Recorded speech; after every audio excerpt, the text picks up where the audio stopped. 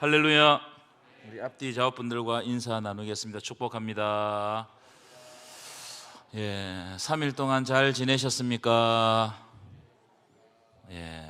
날씨가 참 따뜻해졌어요, 그죠? 봄이 다가오고 있는 것 같습니다. 여러분, 오늘 수요 예배에 이렇게 자리에 참여해 주셔서 감사드리고, 수요 예배에 많은 분들이 오셔서 하나님의 말씀을 들었으면 좋겠습니다. 위하여서 기도해 주시기 바랍니다. 오늘은 호세아 몇 번째 시간이죠? 줍어보세요. 호세아 몇 번째 시간이죠? 세 번째 시간입니다. 그래서 지난 시간 말씀 잠시 복습하고 오늘 말씀으로 들어가도록 하겠습니다.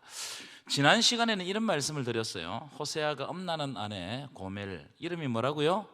고멜 이름이 끝났다, 이런 뜻입니다. 이 고멜과 결혼해가지고 3명의 자녀를 낳았습니다. 첫째 아들 이름이 뭐라고 그랬죠?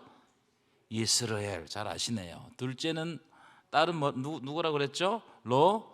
루하마. 셋째는 로암미. 그런데 호세아는요, 이 아이들을 볼 때마다 참 괴로운 거예요. 여러분, 자기 자식을 보고 괴로운 사람이 있습니까? 없죠. 근데 이 아이들을 볼 때마다 괴로워요. 왜냐하면 자기 자녀가 아닌 것 같단 말이죠. 아무리 봐도 나랑 닮은 것이 없어. 그래서 첫 아들을 낳고 이름을 뭐라고 지었다고요? 이스라엘, 파괴하고 싶다, 죽이고 싶다, 뭐 이런 뜻입니다. 아니, 아들을 낳고 이런 이름을 지을 수 있습니까? 그죠? 우리 이거 좀 온도를 좀 꺼주시면 좋겠어요. 두 번째 딸은 루하마. 이름의 뜻이 뭐라고 그랬죠? 긍휼히 여길 수가 없다. 이 긍휼히 여길 수가 없다를 조금 풀어서 이야기하면 사랑할 수가 없다. 아니, 딸을 놓고 어떻게 사랑할 수가 없다, 이런 이름을 지었냔 말이에요. 세 번째 아들은 로암미. 뜻이 뭐라고 그랬죠? 내 백성이 아니다, 내 아들이 아니다. 그러니까 자기 아들을 놓고 이름을 내 아들이 아니다, 이렇게 이름을 지은 것은 정말 이상하잖아요. 근데 3장 딱 가니까 이 여자가, 이 남편이 그럼에도 불구하고 살아주면 고맙다고 살면 될 텐데 3장에 가보면 이 여자가 다른 남자에 가서 또 살고 있는 거예요. 참, 여러분 어떻겠습니까? 여러분, 다리 몽둥이 부러버지지도 못하고. 그런데 제가 이 모습은 누구의 모습이라고 그랬죠? 이 모습은 남편 되는 하나님을 버리고 계속해서 음란한 우상을 섬기고 있는 이스라엘 백성들의 모습을 그대로 보여주는 장면이고, 세상을 향해서 자꾸 나아가려고 하는 관성을 가지고 있는 우리의 모습을 그대로 보여주는 장면이다, 그런 말씀을 드렸습니다. 그런데 하나님은 호세아에게 이렇게 명령합니다. 너는 또 가서 타인의 사랑을 받아 엄녀가 된 그 여자를 사랑하라.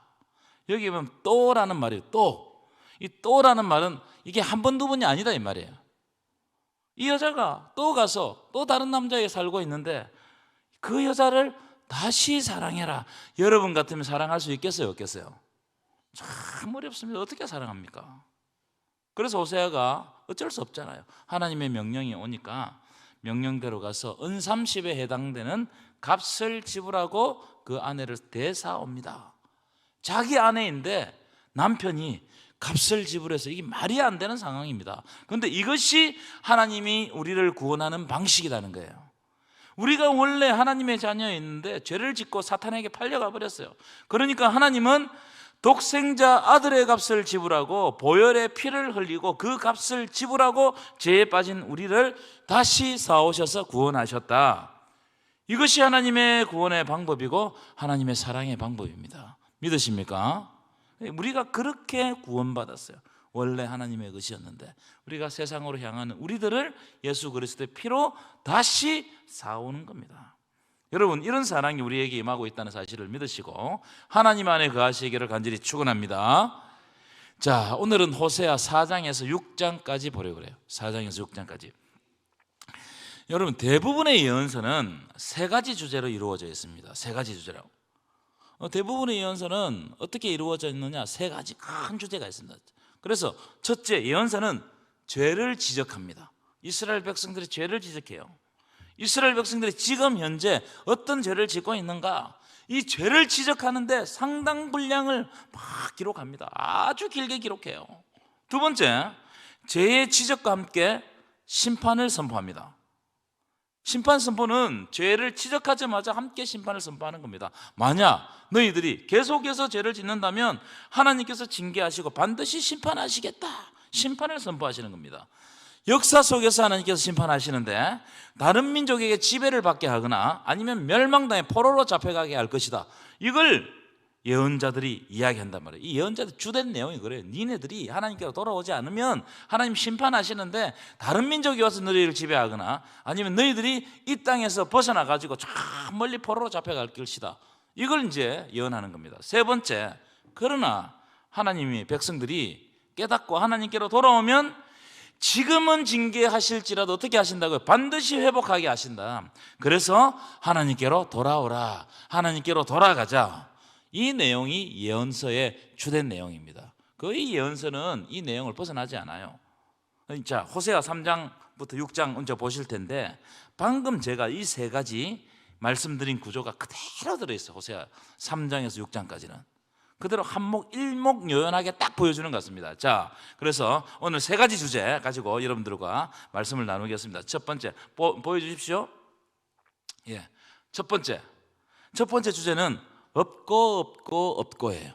없고. 이 없고 없다, 이 말은요, 있어야 할 것이 없다, 이 말이에요. 반드시 있어야 되는데 이게 없음으로 말미암아 이들이 멸망한다, 이 말이에요.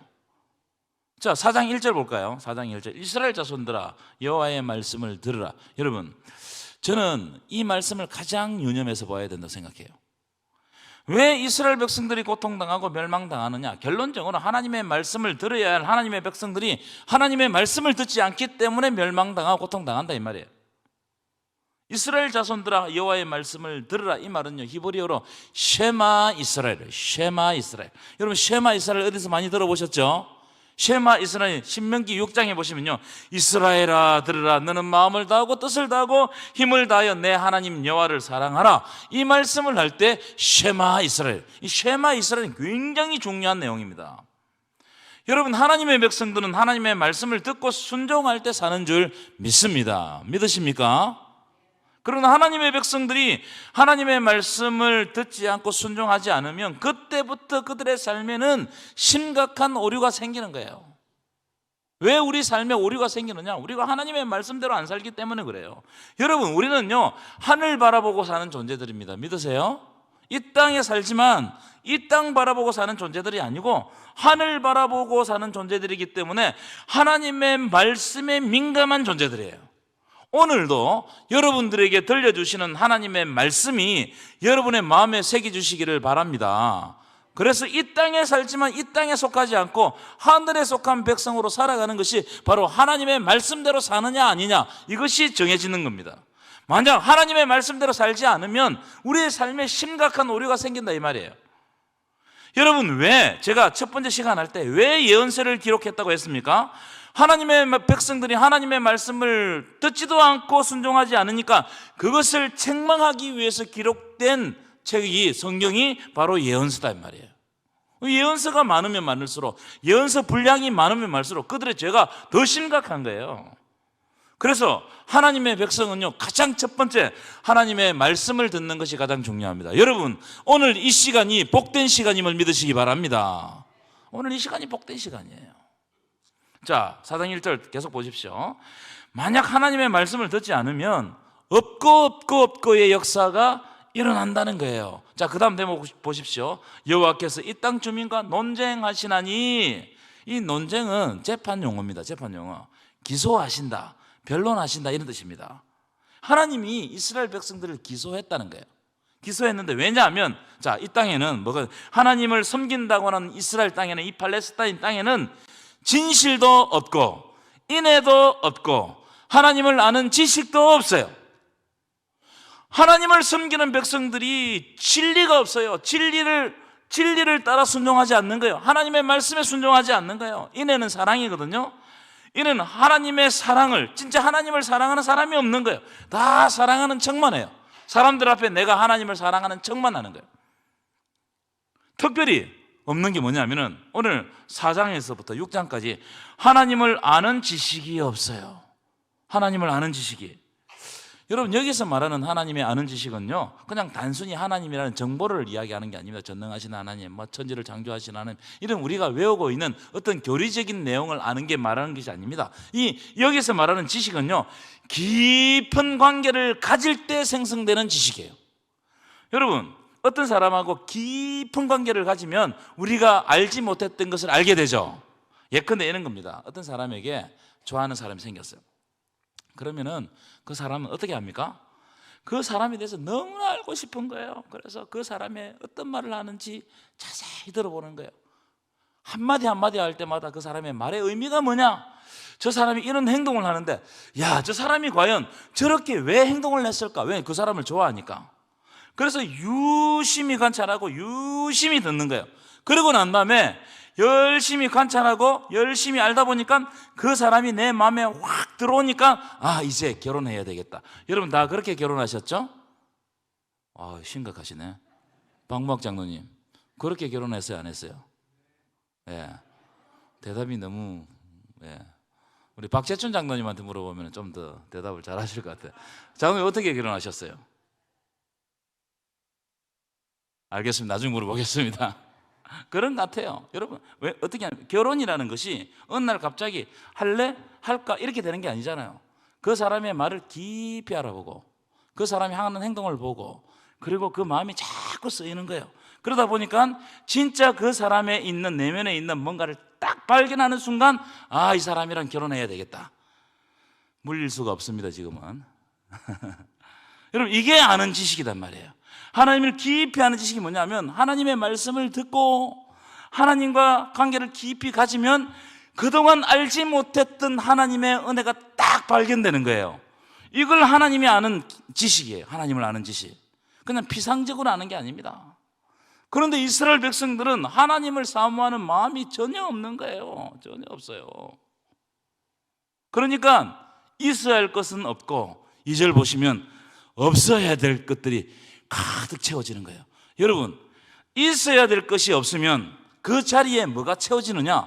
없어야 될 것들이 채워집니다. 이게 영적 원리예요. 자, 있어야 될 게 뭐예요? 하나님, 아까도 말씀드렸죠. 진실이 있어야 돼요. 인애가 있어야 돼요. 하나님을 아는 지식이 있어야 돼요. 그런데 그런 게 없으니까 2절 보세요. 오직 저주, 속임, 살인, 도둑질, 간음 포악해가지고 피가 피를 뒤이음. 이게 무슨 말입니까? 죽고 죽인단 말이에요. 그 땅에 자꾸 죽고 죽이고 모함하고 사람을 뒤에서 어떻게 사람을 이상하게 만들어버리고, 이런 일들이 자꾸 생기는 거예요. 여러분, 우리의 삶에도요, 당연히 있어야 될 것들이 있어야 돼요. 하나님의 은혜로 말미암아 내려오는 그 당연한 것들이 있어야만 그것이 우리들에게 하나님이 주시는 풍성한 삶으로 연결되는 거예요. 아멘이세요? 그런데 있어야 될 것이 없어지면 그 자리에 없어야 될 것들이 자리 잡음을 통해 가지고 우리가 황폐하게 되는 거예요. 이게 영적 원리입니다. 여러분은 있어야 될 것을 가지고 있냐 이 말이에요. 하나님의 진리를 가지고 있고, 하나님을 사랑하고 하나님을 아는 지식이 여러분들에게 가득 차 있으면 여러분 절대로 흔들리지 않습니다. 어떻게 흔들리겠어요? 그래서 뭐라고 되어 있냐면은 3절 4절 한번 보죠. 3절 4절. 그 말씀 3절 4절입니다. 그러므로 이 땅이 뭐 했다고요? 슬퍼했다는 거예요. 여러분, 이 땅에 있어야 할 것들이 없어짐으로 슬픔의 땅이 되어버려서, 그 땅이 슬픔의 땅이 황폐하게 된다 이 말이에요. 땅이 황폐하게 되니까, 자 보십시오. 거기 사는 자와 들짐승과 공중에 나는 새가 다 세잔해질 것이요, 다 사라지는 거예요. 하나님으로부터 응당이 받아야 될 복이 없어지니까, 거기에 사는 땅이 황폐해지니까 거기에 사는 사람들, 공중의 새, 이런 모든 피조물이 다 어떻게 되는, 고통을 받는 거예요. 바다의 고기도 없어지고, 있어야 우리의 삶 가운데 당연히 누리고 살아야 될 이런 것들이 사라지는 거예요.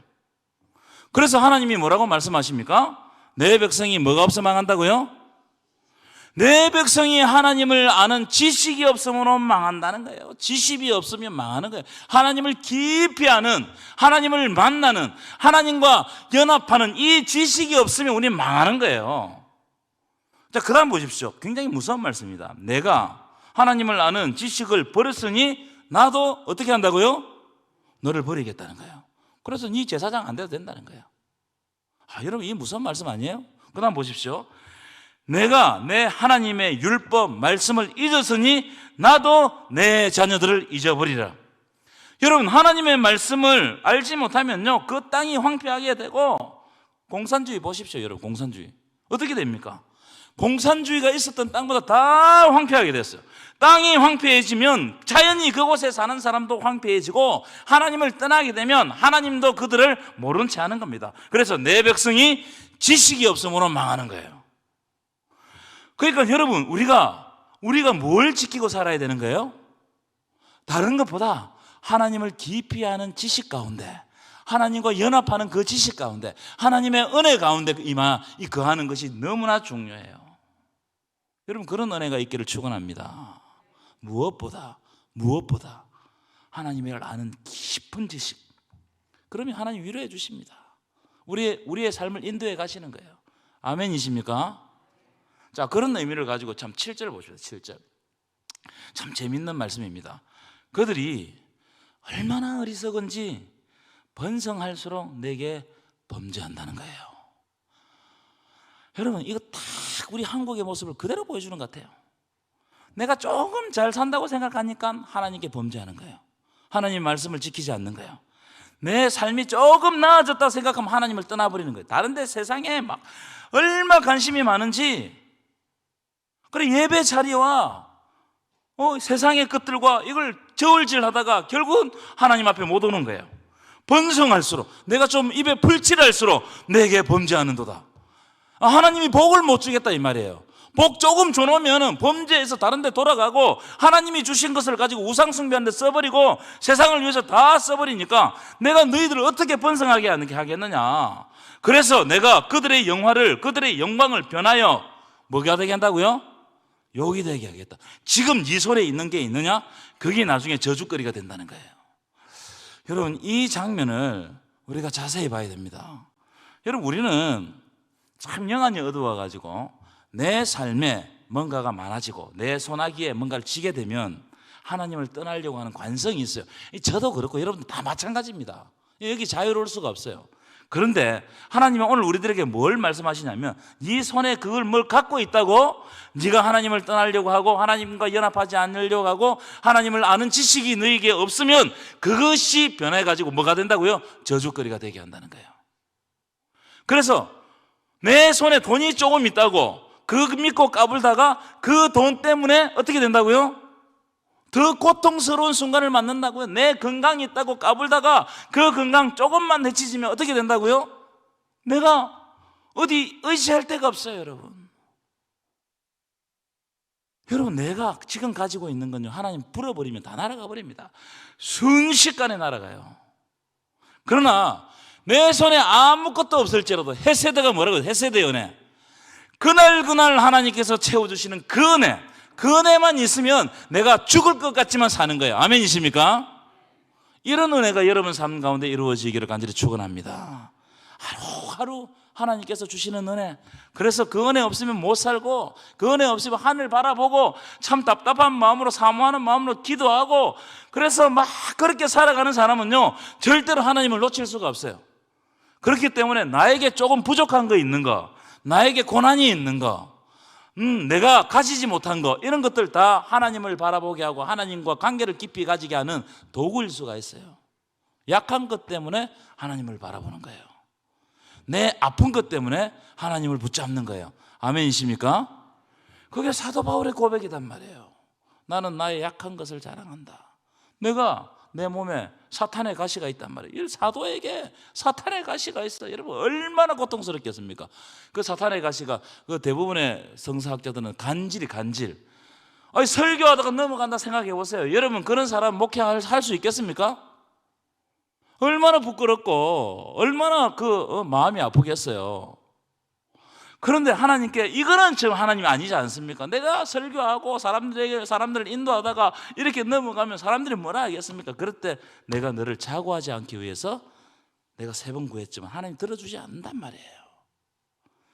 우리에게는 가시가 있습니다. 그 가시가 때론 나를 찌르지만 그 가시 때문에 하나님 앞에 바로 서는 거예요. 우리에게는 십자가가 있습니다. 그 십자가 때문에 하나님과 연결되어 있는 거예요. 아멘이십니까?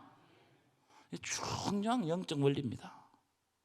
여러분, 우리가 예수 믿으면서 다 평탄한 길 가면 얼마나 좋겠어요?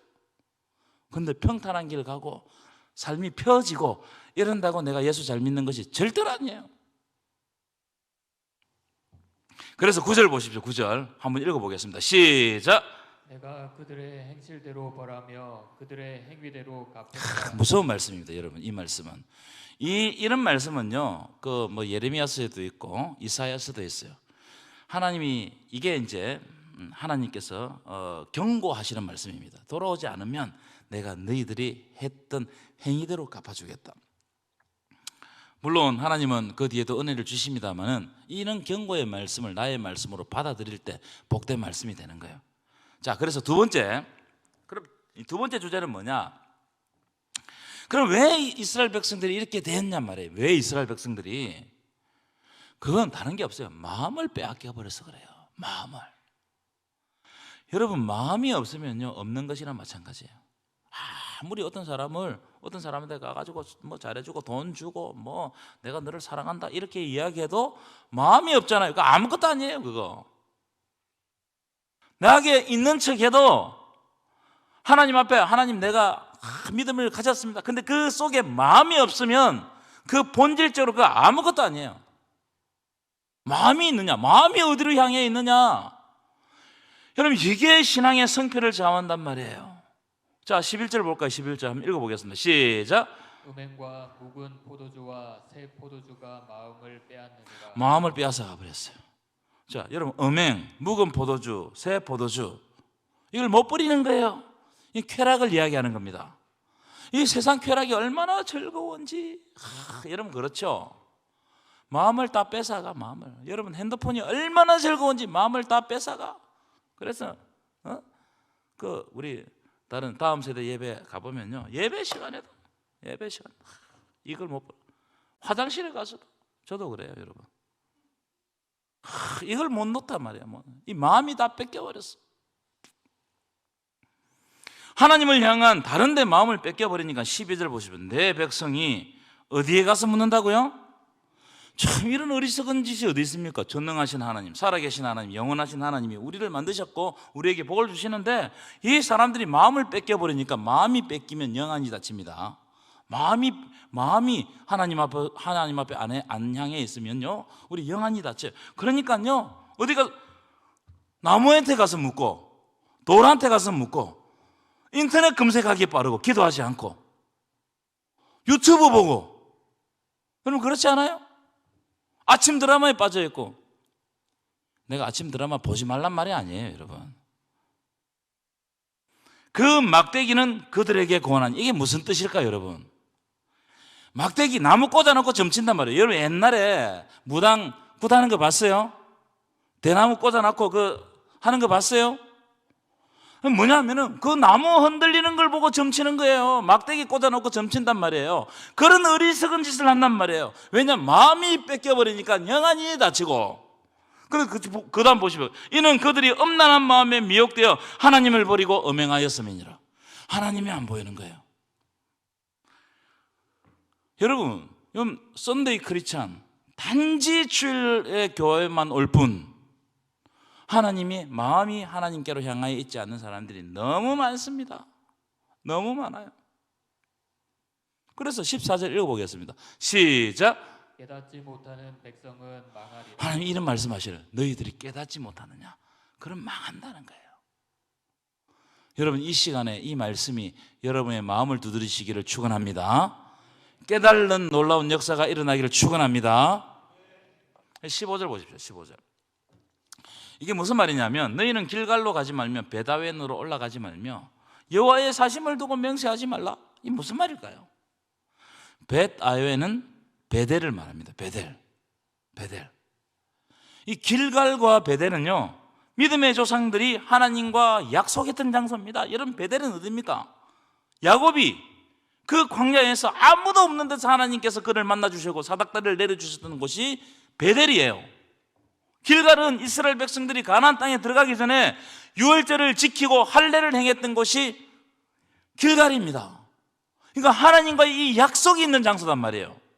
그런데 그런 곳에 이스라엘 백성들이 마음이 다치고 마음이 뺏겨버리니까 거기다가 우상을 갖다 놓고 우상을 섬기면서 맹세는 어디 가서 하느냐? 여호와의 이름을 두고 맹세한단 말이에요. 이게 희한한 일입니다. 이게 하나님의 약속된 그 놀라운 장소에서 거기다 우상 다 갖다 놓고 거기다 절하면서 맹세는 하나님의 이름으로 한단 말이에요. 그래서 여러분, 절대로 하나님 이름을 걸고 맹세하지 마십시오. 하나님의 이름을 걸고 맹세합니다. 여러분, 그런 건 없습니다.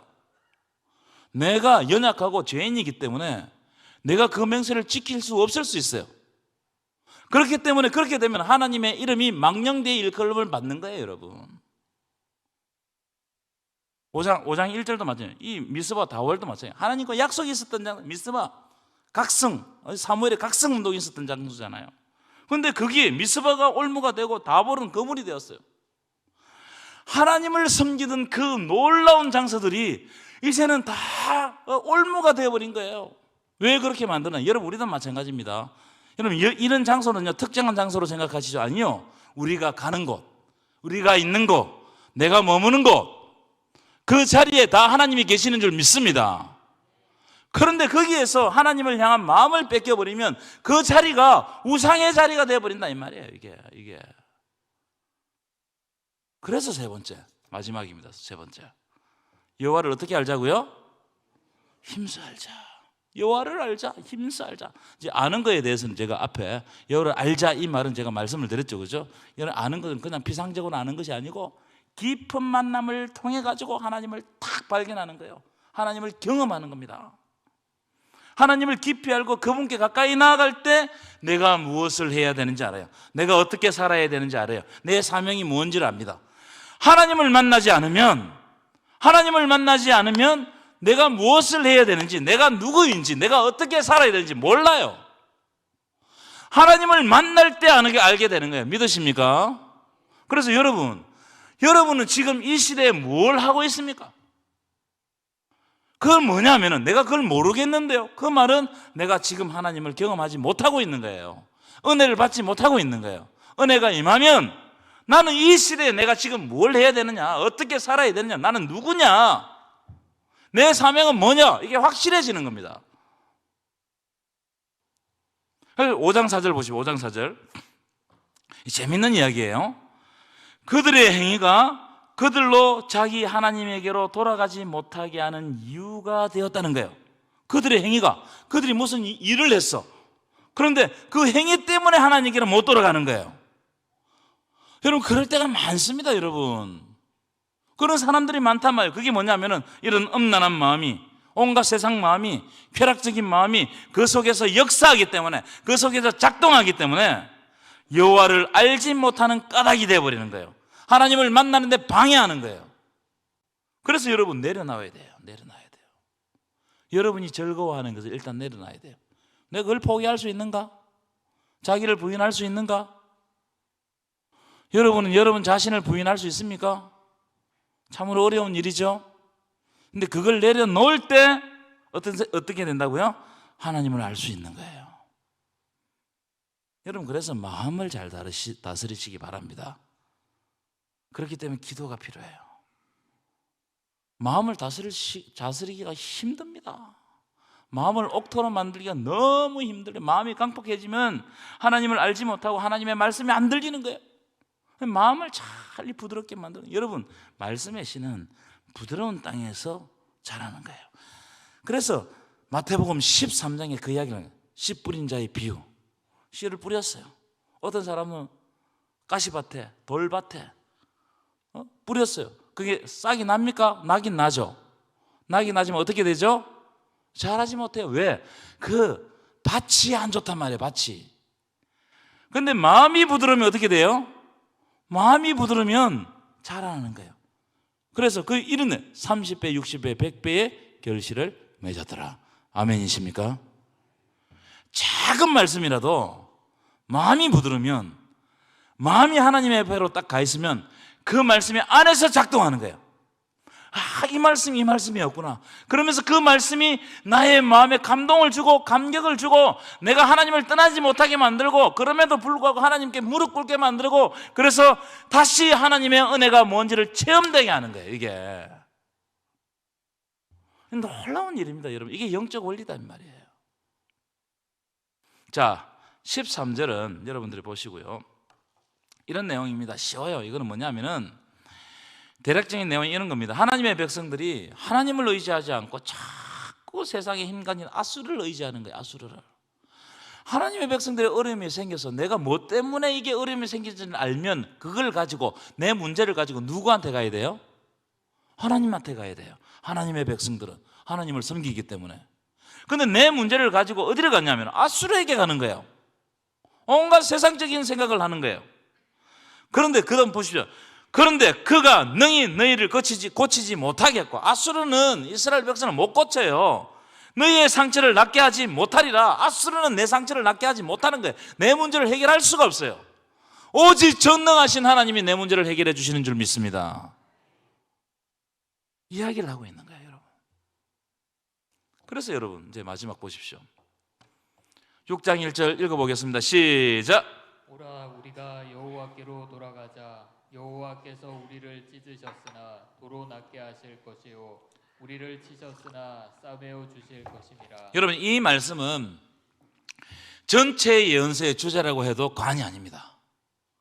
전체 예언자, 예언서에 있는 모든 예언자가 이 말씀을 하고 싶었어요. 오라 우리가 지금이라도 늦지 않았으니 하나님께로 돌아가자. 돌아가는 것이 최선이다. 탕자가 그 길에서 딱 깨달는 순간 아버지께로 돌아가면서 하는 거예요. 아멘이십니까? 왜냐하면 여호와께서는 우리를 찢으셨으나 도로 낫게 하실 것이요 치셨으나 싸움. 하나님이 때때로 찢어요. 내 삶을 찢어버려요. 내 삶을 쳐요. 그래서 내가 정신없을 때가 있어요. 근데 하나님의 목적은, 이 징계의 목적은 어떻게 나를 찢어서 나를 치셔서 도로 낫게 하고 싸매어 주시는 데 목적이 있어요. 이 목적을 가지고 하나님은 우리를 만지십니다. 그래서 제가 여러 번 말씀드렸지만 조각가가 조각을 하잖아요.